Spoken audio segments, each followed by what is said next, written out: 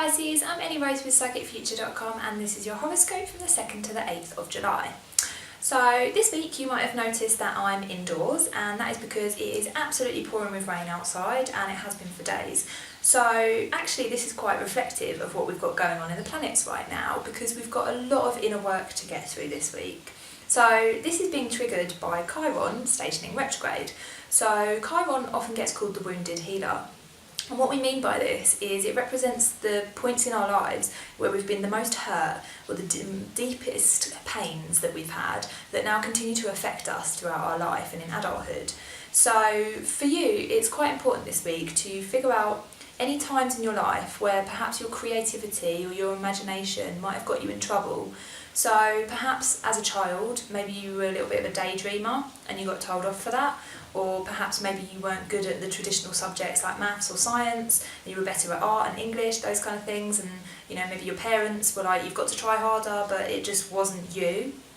Or maybe perhaps in a relationship, you kind of tend to go off in your own world a little bit, and people have accused you of not listening or not being present, but actually, that is just who you are, and you're just a very intuitive, creative person. So if there are any occasions like that where you felt like who you are is not enough, or it's not what everybody else wants you to be, then it's very important for you to figure out precisely what are those events that made you feel like that.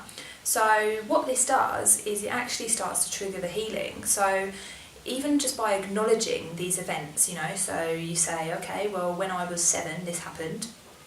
That, just recognising it, starts to then heal that event. And then you stop reacting in a way that comes from pain as you get older, because you've now healed that moment in your life just by acknowledging that it hurt.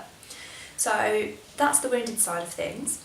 And then we have the healer. So when we talk about the wounded healer, what we mean is that the person goes out of their way to heal their wounds, and then by doing that process, they can then actually go out of their way to help other people with that same wound.